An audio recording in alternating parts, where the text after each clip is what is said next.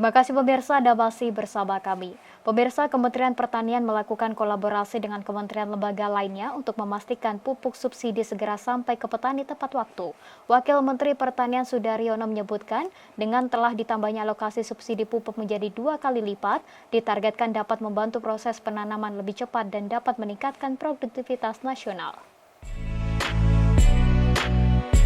Sebagai langkah dalam meningkatkan kesejahteraan para petani di Indonesia, Kementerian Pertanian melakukan kolaborasi dengan kementerian lembaga lainnya untuk memastikan pupuk subsidi segera sampai ke petani tepat waktu dan tepat sasaran sesuai kebutuhan.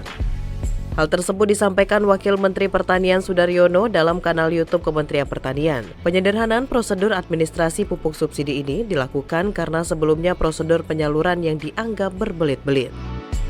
Wamentan berharap pupuk subsidi yang tahun ini alokasinya sudah ditambah 2 kali lipat dari tahun sebelumnya, yakni menjadi 9,5 juta ton per tahun, dapat langsung tersampaikan kepada petani yang membutuhkan, sehingga proses penanaman lebih cepat dan dapat meningkatkan produktivitas nasional. Kita melaksanakan apa yang menjadi janji politik dari Bapak Presiden terpilih yang saat ini menjabat Bapak Presiden Prabowo Subianto dan Mas Gibran dan Pak Wapres kita Pak Gibran, bagaimana pupuk langsung ke petani, tepat waktu, tepat dosis, tepat guna, tepat sasaran. Oleh karena itu kita sederhanakan semua sehingga mekanismenya adalah satu komando, yaitu melibatkan Menteri Pertanian, Kementerian Pertanian, dan Pupuk Indonesia. Ya, alokasi CPCL-nya, calon penerima calon alokasi calon petaninya ada di Kementerian Pertanian, diserahkan kepada Pupuk Indonesia Holding Company, kemudian Pupuk Indonesia mendistribusikan langsung ke Gapotan, gabungan kelompok tani di desa-desa. Kemudian oleh Gapotan langsung nanti dibagi kepada petani-petani yang calon penerima yang memang sudah ada kuotanya.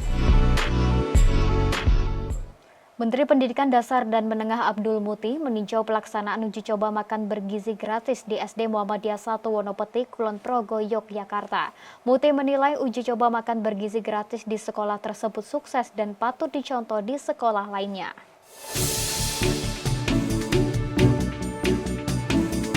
Program makan bergizi gratis menjadi program prioritas kepemimpinan Presiden Prabowo Subianto.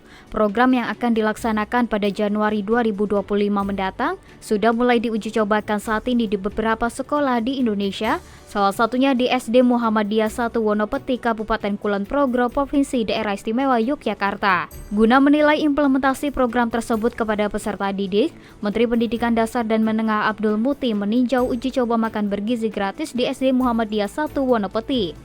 Dari hasil peninjauan, Abdul Muti menilai uji coba makan bergizi gratis di sekolah tersebut sukses dan patut dicontoh di sekolah lainnya. Selain memastikan berjalan baik, Muti juga berusaha memastikan bahwa program makan bergizi gratis tersebut tidak hanya sekedar meningkatkan gizi, namun juga menjadi bagian membangun karakter peserta didik. Menurutnya, pola penyajian makanan dapat membangun karakter peserta didik dengan memulai dan mengakhiri kegiatan makan dengan doa. Sedangkan pola penyajian prasmanan dapat membuat peserta didik untuk belajar antri, mengambil makan secukupnya dan mengucapkan terima kasih. Karena itu maka kami memang berusaha memastikan bahwa pelaksanaan makan siang gratis di sekolah ini yang pertama tentu tetap terkait dengan upaya untuk menjadikan makan siang bergizi gratis ini tidak sekedar meningkatkan gizi, tapi juga bagian dari proses pendidikan, khususnya membangun karakter anak-anak kita.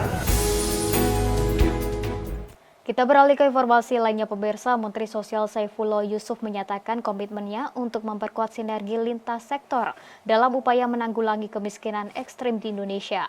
Pasalnya saat ini angka kemiskinan ekstrim di Indonesia mencapai 0,83% atau sekitar 2,3 juta jiwa yang tersebar di Indonesia.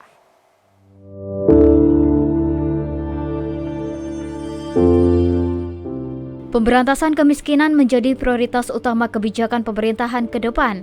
Presiden Prabowo dan Wakil Presiden Gibran menargetkan pemberantasan kemiskinan ekstrim hingga 0% akan dilakukan dalam 2 tahun pertama masa kerja. Guna mendukung hal itu, Menteri Sosial Saifullah Yusuf berkomitmen memperkuat sinergi dalam menurunkan angka kemiskinan ekstrim di Indonesia. Pasalnya saat ini angka kemiskinan ekstrim di Indonesia mencapai 0,83% atau sekitar 2,3 juta jiwa yang tersebar di seluruh tanah air. Guna mengentaskan kemiskinan tersebut, Mensos melakukan berbagai upaya seperti bantuan sosial program Keluarga Harapan yang menekankan agar ekonomi penerima manfaat naik level dan program pemberdayaan ekonomi bagi masyarakat miskin yang mencakup bantuan modal, bantuan alat produksi serta pendampingan usaha yang melibatkan kementerian lain. Ya, itu mulai kemarin zaman Pak Presiden Jokowi ya, sudah diturunkan tinggal 0,83%, targetnya dalam 2 tahun nanti yang kemiskinan ekstrim itu bisa 0%. Sementara yang sekarang 9% itu targetnya sekuat tenaga sampai 2009 itu di bawah 6%. Pemirsa, Kementerian Keuangan bekerja sama melalui Forum Tematik Bakohumas mensosialisasikan langkah-langkah kementerian lembaga dalam menghadapi akhir tahun anggaran 2024. Upaya ini dilakukan guna memastikan semua rencana dan anggaran dapat diselesaikan dengan baik, terarah dan tepat waktu di tengah penyesuaian terbentuknya beberapa kementerian lembaga baru. Dalam rangka memitigasi resiko rendahnya realisasinya anggaran masing-masing kementerian lembaga dan kematangan dalam perencanaan anggaran tahun berikutnya, Kementerian Keuangan bekerja sama dengan Badan Koordinasi Hubungan Masyarakat menyelenggarakan forum tematik Bakohumas dengan tema langkah-langkah kementerian lembaga dalam menghadapi akhir tahun anggaran 2024. Badan Koordinasi Hubungan Masyarakat memiliki fungsi sebagai garda terdepan dalam menyosialisasikan kebijakan strategis pemerintah.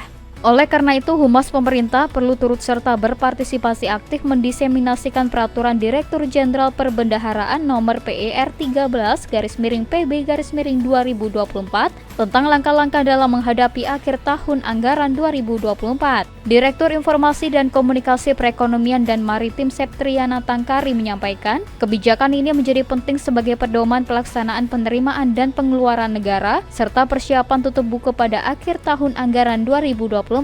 Selain itu juga diharapkan dapat memahami pokok-pokok peraturan sehingga menjadi pedoman dalam menghadapi tahun anggaran 2024. Setelah mengikuti forum ini, saya menghimbau atau mengharapkan kepada Bapak Ibu sekalian untuk menyebarkan secara luas dan masif informasi yang dipaparkan oleh para narasumber dan konten yang disediakan oleh Kementerian Keuangan kepada pemangku kepentingan kita.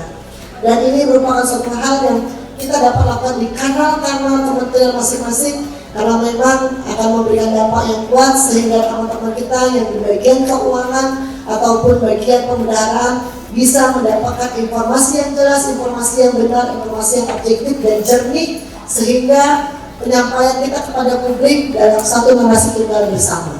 Senada hal tersebut, Kepala Biro Komunikasi dan Layanan Informasi Kementerian Keuangan Denny Suryantoro turut menyampaikan bahwa tema ini sangat relevan untuk menjawab tantangan yang dihadapi saat ini, yakni bagaimana memastikan semua rencana kerja dan anggaran dapat diselesaikan dengan baik, terarah dan tepat waktu di tengah penyesuaian terbentuknya beberapa kementerian lembaga baru. Denny menyebut bahwa semua elemen pemerintah termasuk seluruh kementerian lembaga memiliki tanggung jawab untuk memastikan bahwa semua tugas di tahun anggaran ini dapat diselesaikan dengan baik.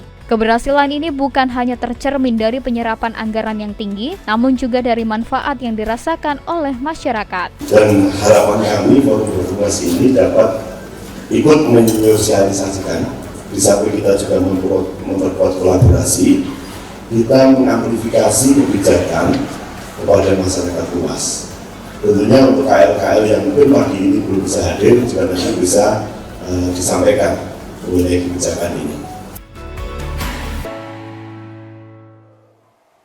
Pemirsa, sejumlah informasi akan kami hadirkan usai jeda pariwara berikut ini, tetaplah bersama kami.